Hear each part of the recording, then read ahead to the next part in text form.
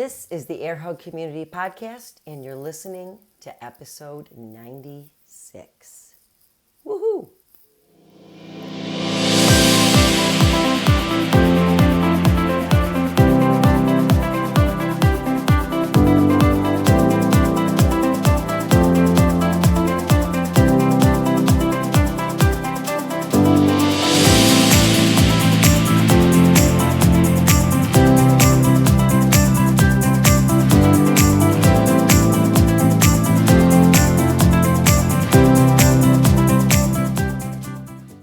Hello there and welcome or welcome back. If you are new here, this is the Air Hug Community Podcast and I am your host, Judy. I am a midlife lady who is someone who loves to share stories from myself and special guests that reflect on just how midlife really goes, not how we think it should go.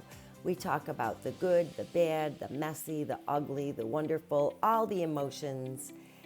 And this is a place where we actually can grow from our experiences. So welcome. I'm glad you're here. Let's get started. Hello, everybody, and welcome back. I'm super excited for our guest today because in many ways we are very much alike, but we are also very different, like for the fact that we were actually born on different continents. But our guest today, who is also an over 50 fitness professional, is also has experience and has a lot of tips on transitioning to and through and loving having an empty nest. And so that's what we're going to talk about today.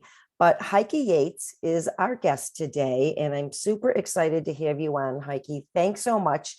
If there's anything else you'd like to tell us to get started, hop right in. Oh, thank you so much for having me, Judy. I know we have so many similarity and things we love, especially getting women healthier in and through midlife. So that's definitely fantastic. It really is. And that's actually how we became acquainted with one another. And I saw that Heike posted something, maybe you did a podcast on it, on your podcast, on transitioning in and through the empty nest. And so let's back up a little bit because you even say on your website, I did a little peeking around, and I would never have known this, but you said that you were not always healthy, which I was very surprised at. And then you said after the birth of your firstborn, you actually embraced a healthy lifestyle for not only yourself, but your whole family. Can you tell us about that? You know, I grew up in Europe. So I grew up in Germany. And when you grow up in Europe, you walk more, you're just overall more active.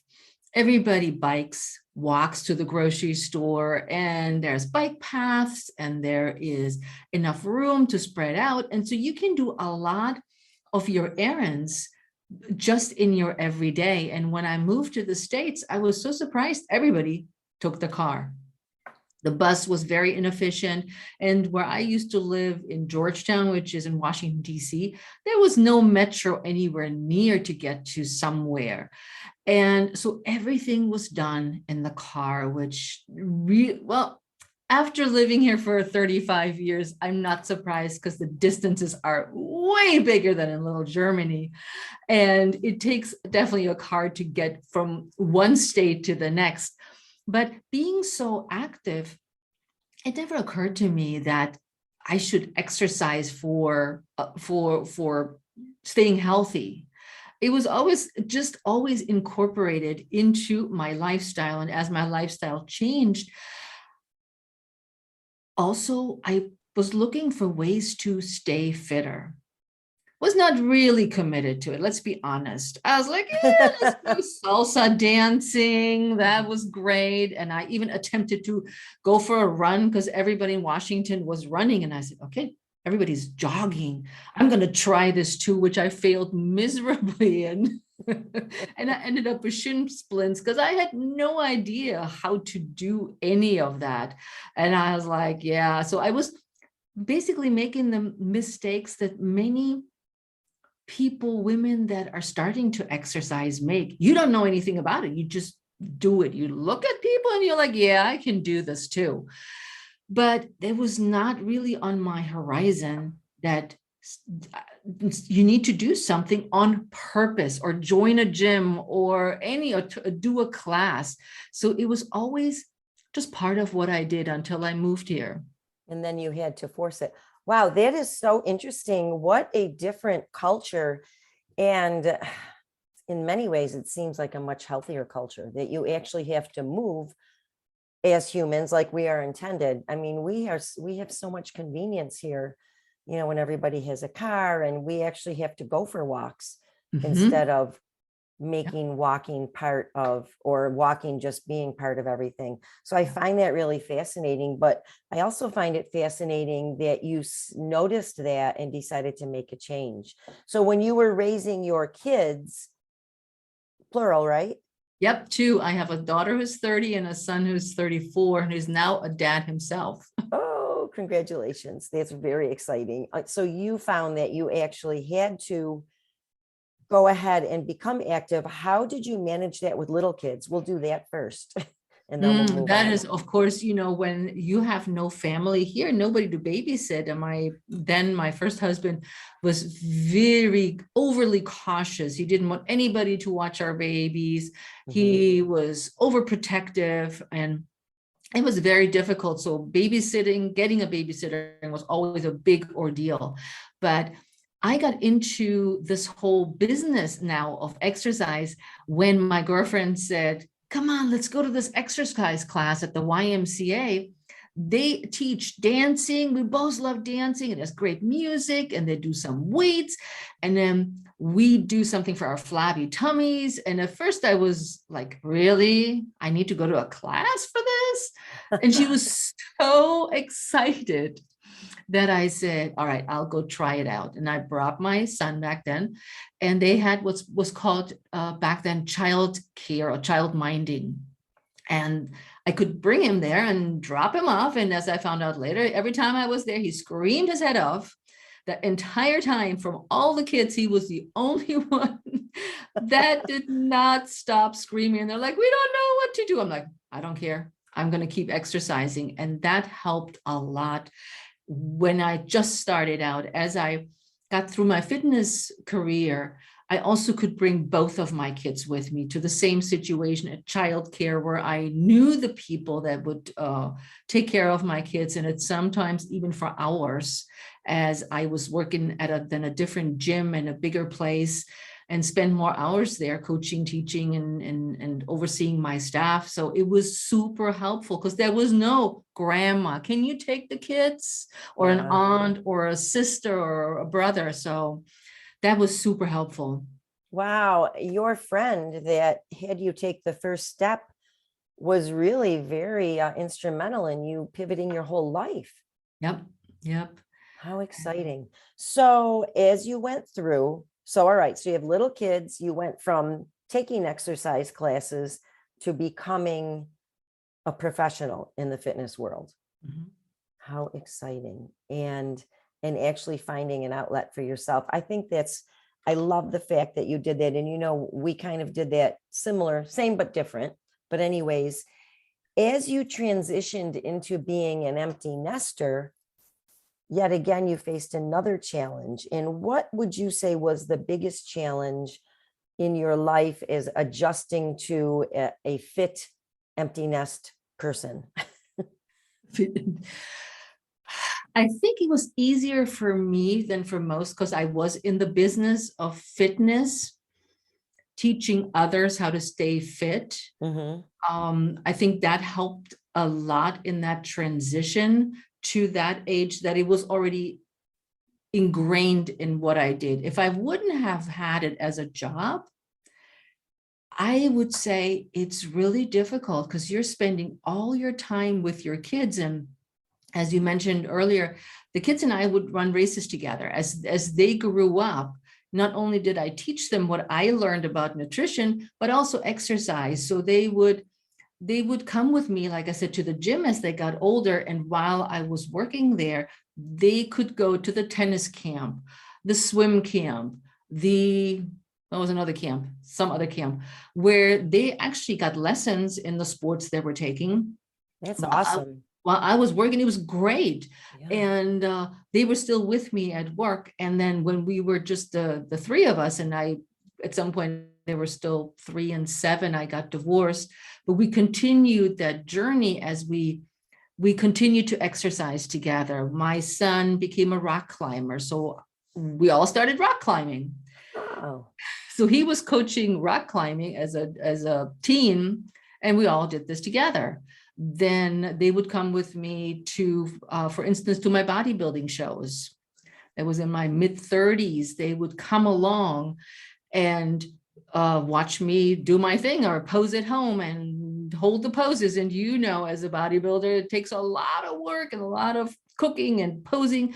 And so they were an integral part of all of that exposure to fitness, which turned them later into, my daughter ran a marathon. She did a short triathlon. My son is also an Ironman triathlete.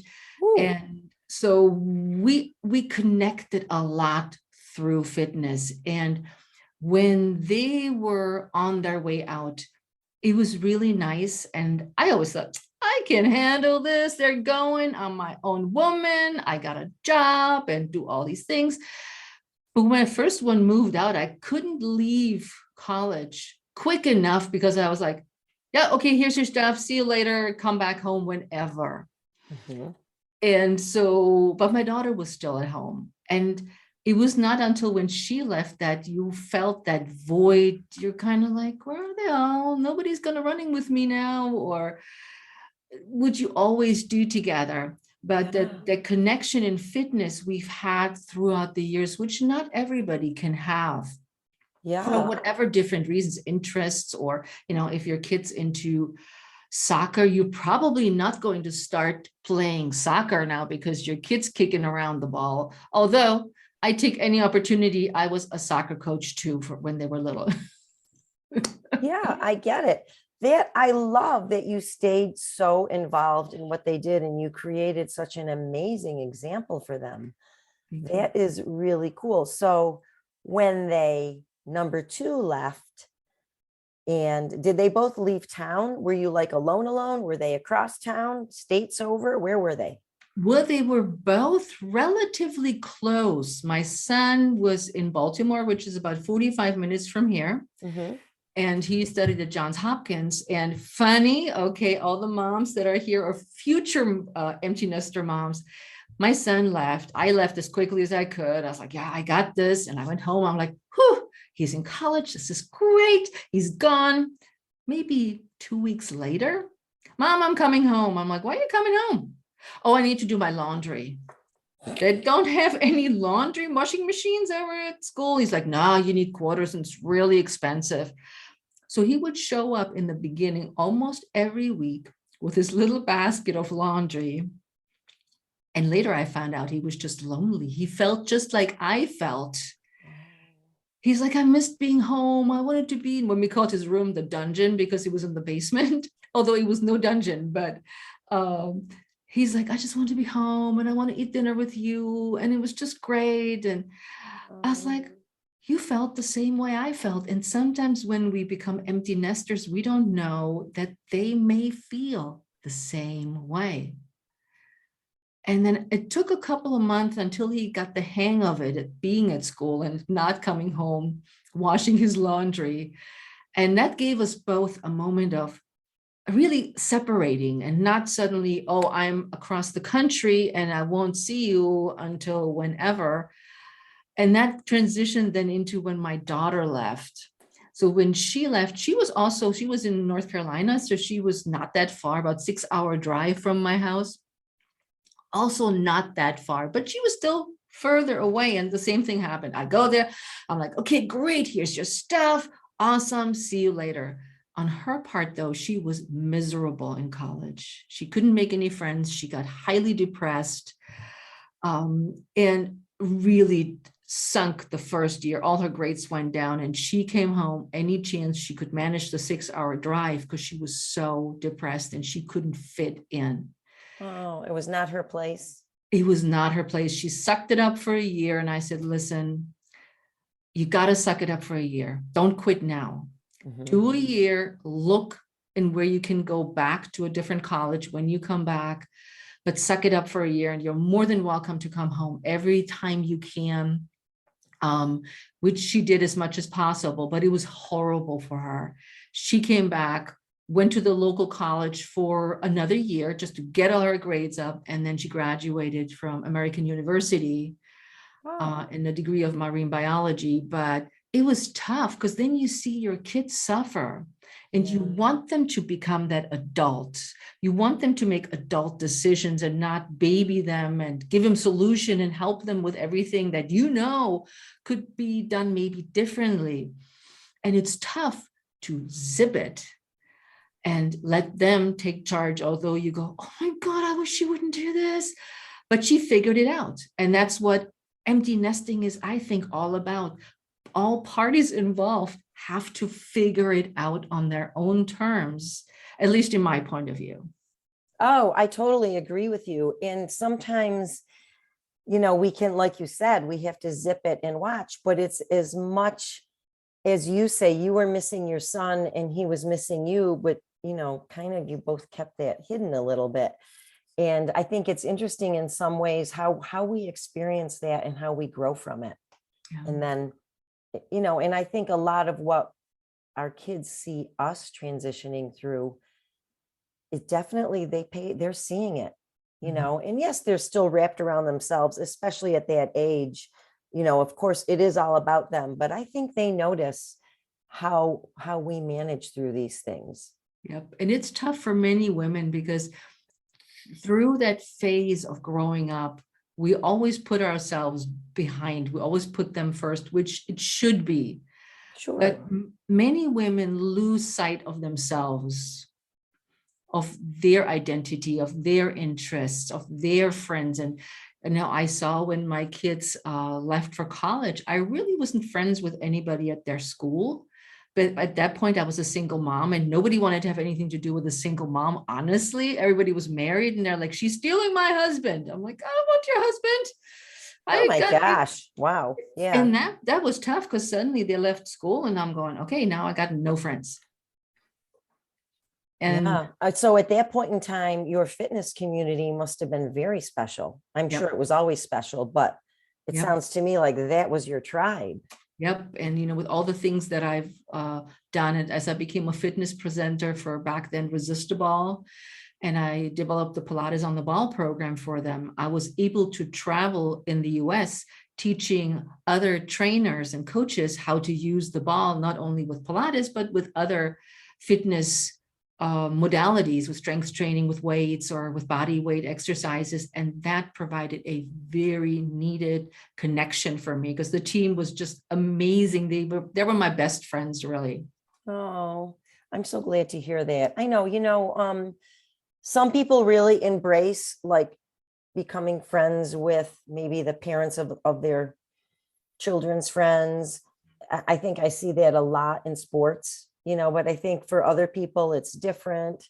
And if you're into fitness, and it's funny, I was just texting before we started with one of my 7 a.m. people, and we were chatting about how our groups, we don't talk all the time about sets and reps. I mean, that of course is part of it in good form, but we talk about life.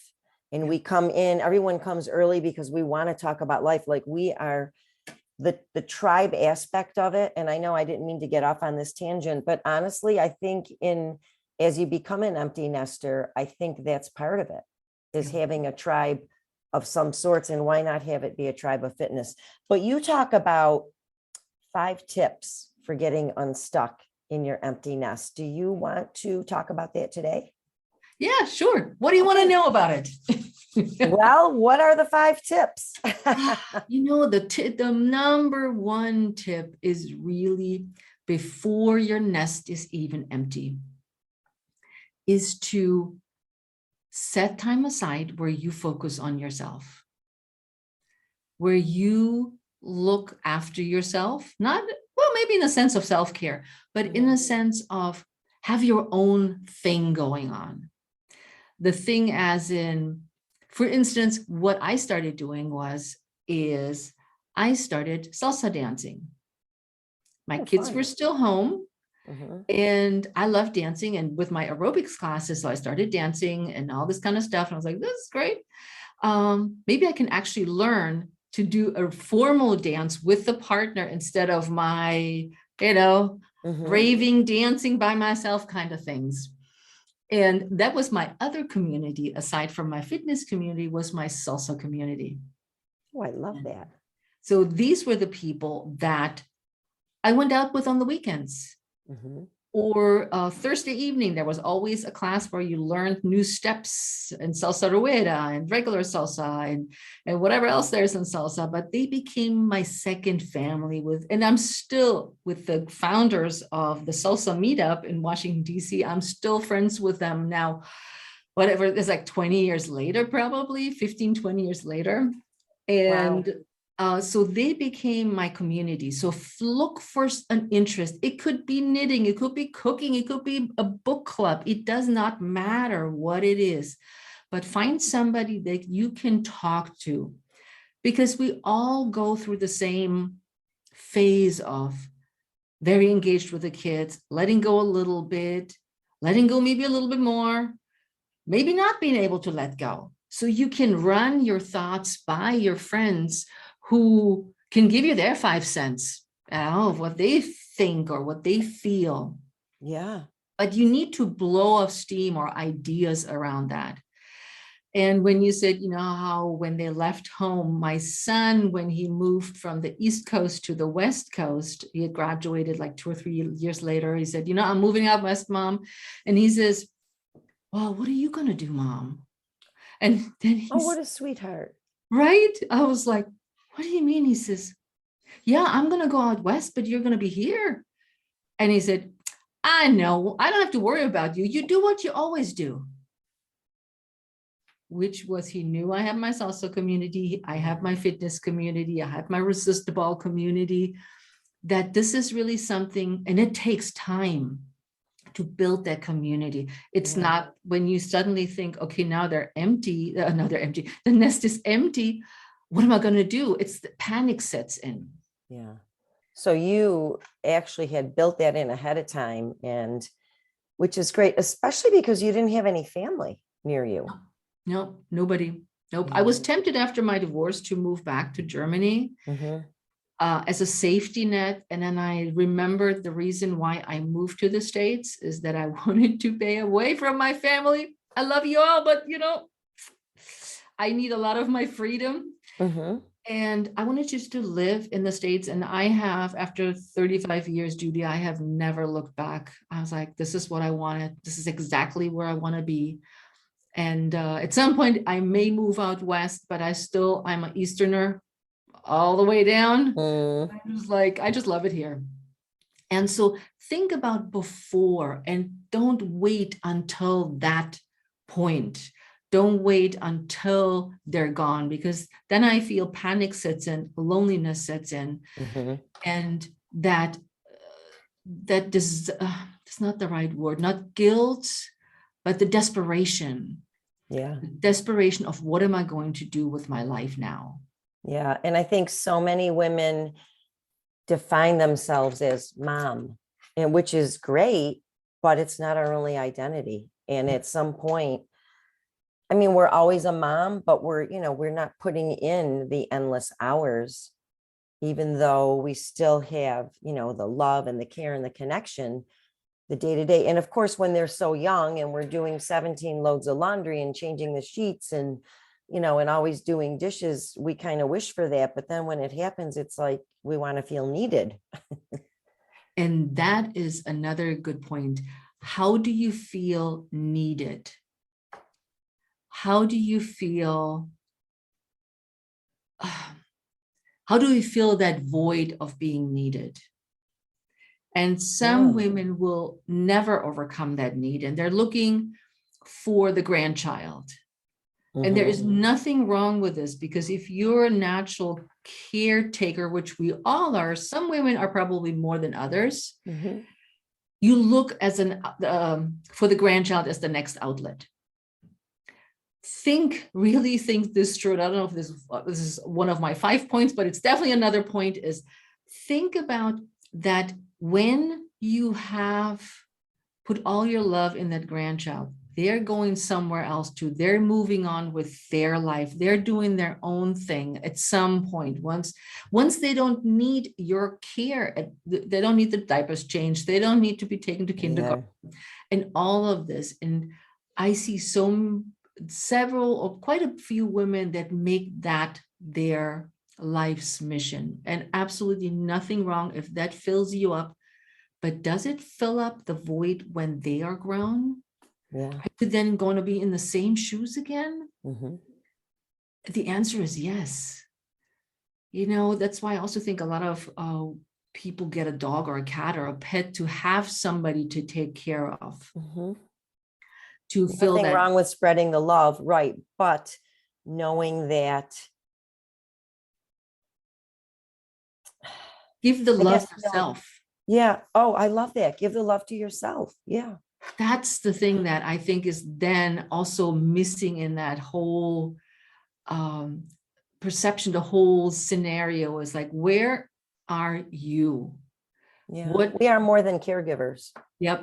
Yep, exactly. Because I mean, as you get older, then now we're looking into also the situation where our parents are getting older. Mm-hmm. So now we take care of the grandkid, but then there's also the parents that are aging that we may feel we have to take care of, because otherwise we're in guilt. We're sitting in guilt for so long. And I want this to stop, ladies or gentlemen.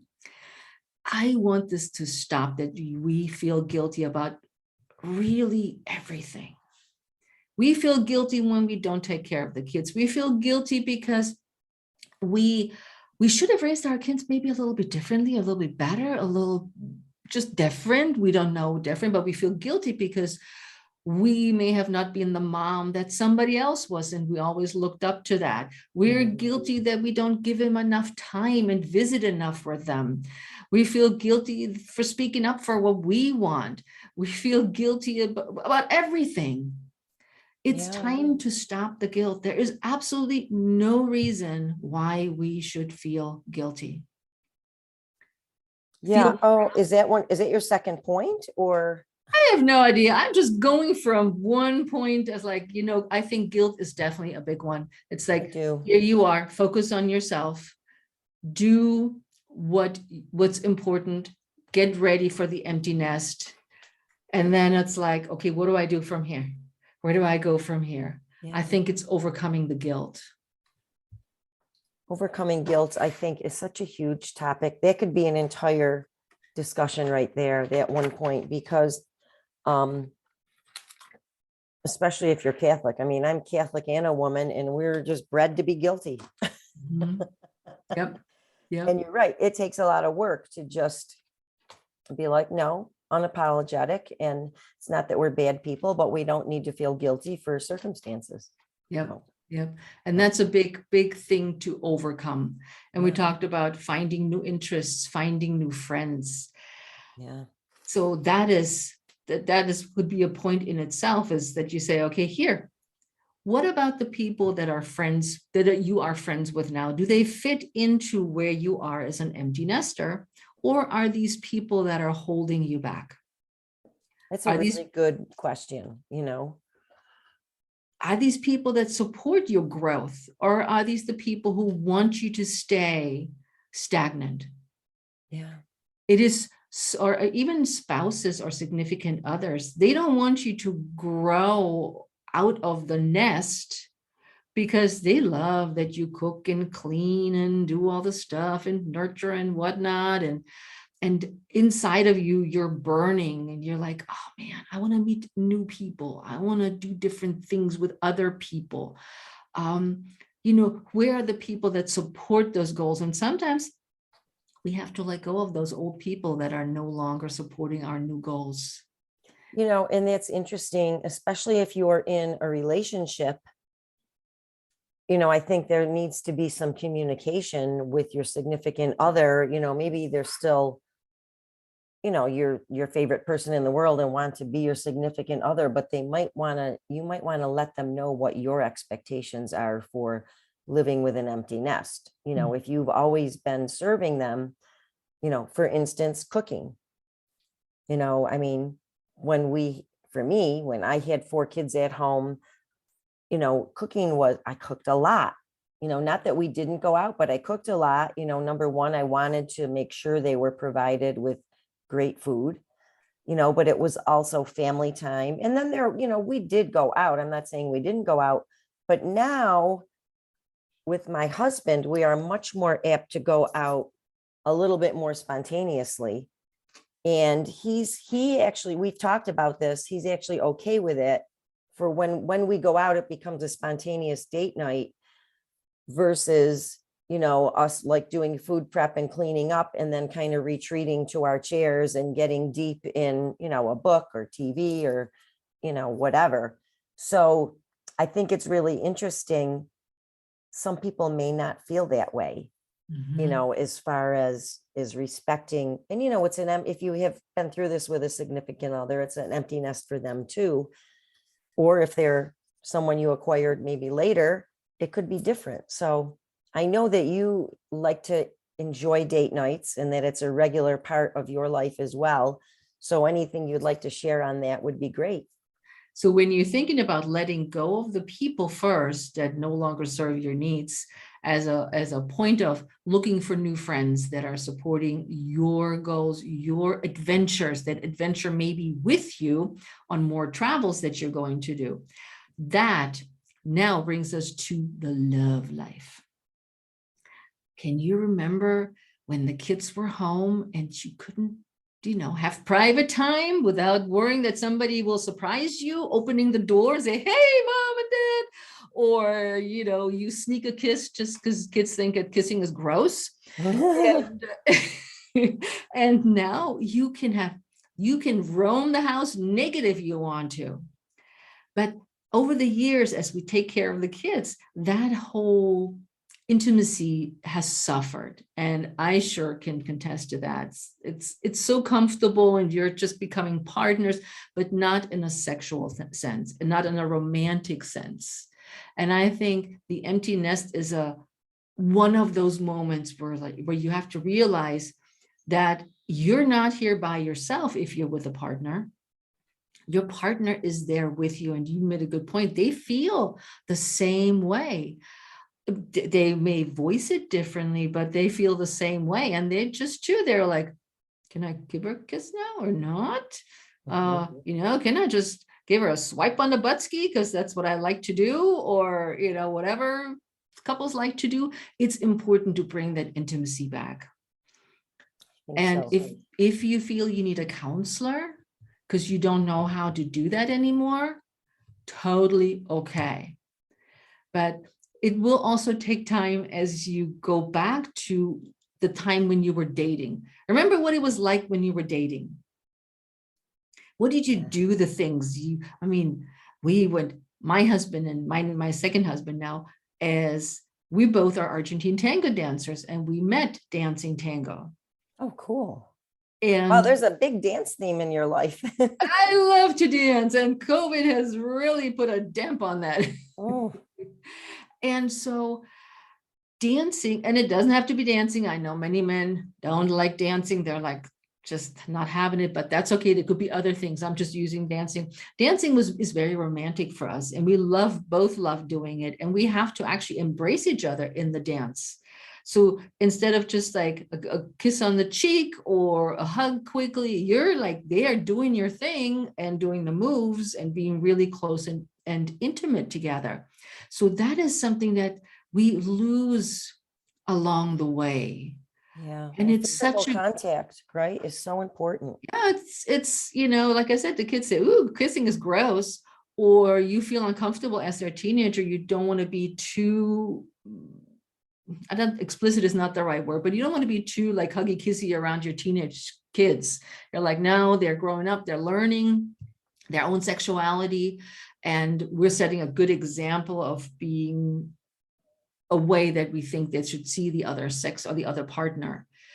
respectful and friendly and all these things. Yeah, but affection, I think, is important too.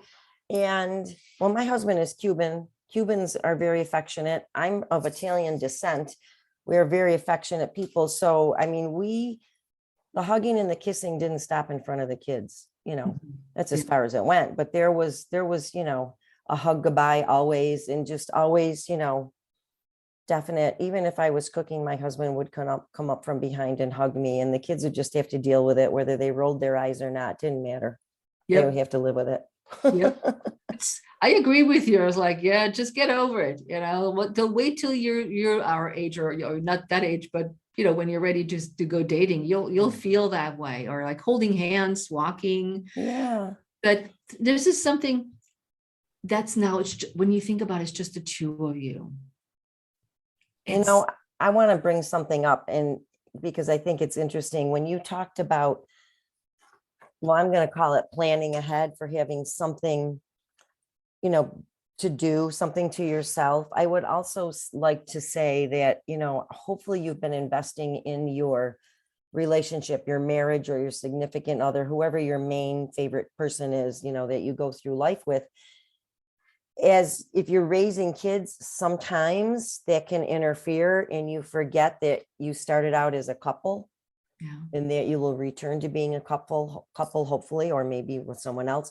But I think I've seen this happen with so many people, that when the kids leave, the kids might have been the glue that were holding them together, and they kind of forgot that they were a couple. And and that's nothing wrong with that. Maybe it's time to move on. Maybe that relationship has ended. Maybe it's, but either way, I think it's important to know where you're at. And if you, if kids are gone and that's not your favorite person, or that's not a good match anymore, then by all means, don't force it. Yeah. But if there's a spark left, I think then it has to be worked on. Yeah, absolutely. Because I mean, you got together for a reason at some point. There was some spark there that brought you together and had you have kids and go through life. Absolutely. And that's why I think of date night as like now we're more spontaneous, we plan less. But date night was always something I did with either one of my husbands. There was always a date night. There was always just the two of us time. Throughout the years, and not lose that connection altogether. Yeah. And, I think it doesn't have to be extravagant. I can remember, just going out for an hour. We would go in the car and, get a sitter if we had to, even if we just went out for ice cream or just a drive or something, and it just somehow leaving our house made a difference too. Because there's always distractions at home. There's responsibilities at home. But when you leave together, doesn't matter what you do, something you're interested in, it just helps. And of course, now I feel like I'm going to go off on a tangent. Sometimes on date night, social media or the phone, we are such a connected society that I actually have to say to my husband, okay, let's not look at our phone. Sometimes he'll be like, but can we take a selfie? I'm like, yeah, but we can post it later, because, it's exciting to get dressed up. If you're doing that and you're excited about where you are, you want to take a picture. I'm like, yeah, but let's wait till later. Let's enjoy this moment. We don't have to record the whole thing live for the world to see. I know, right? And this is just what we did the other day when we went out. I was like, I take a picture of all the foods usually we eat when we eat out dinner. And then we did some selfies. And then I think the next day I posted it because I wanted people to see on my social media that an empty nester life is fun. It's exciting.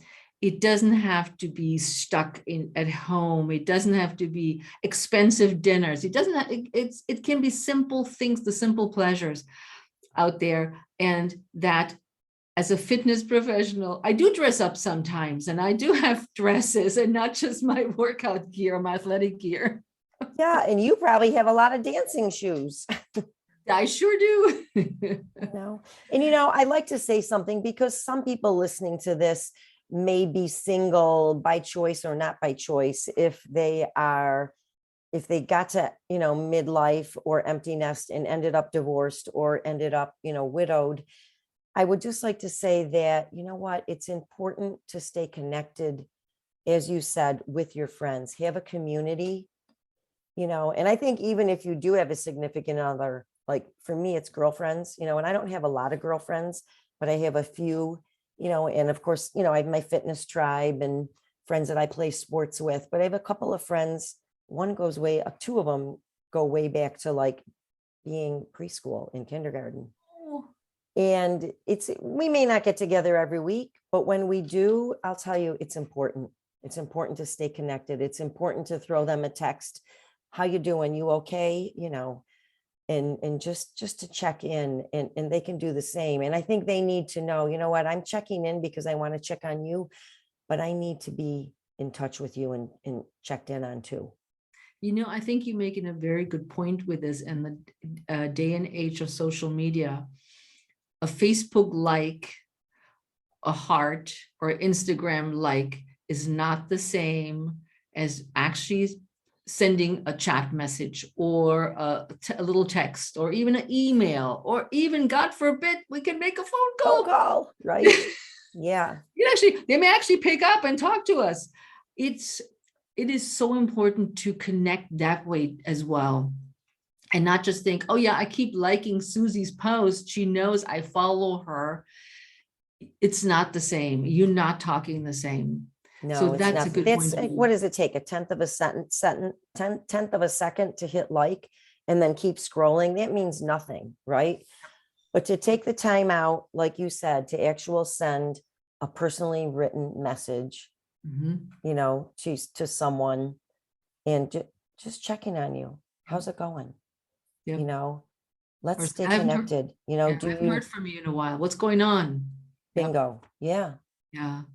Yeah. And I think if I missed something, you're an empty nester too, let me know. I think that sums up the 5 points in one big long sentence of what you can do, other than you don't have to worry about cooking anymore. You can make meals you like, and you don't have to spend hours in the kitchen. Yeah.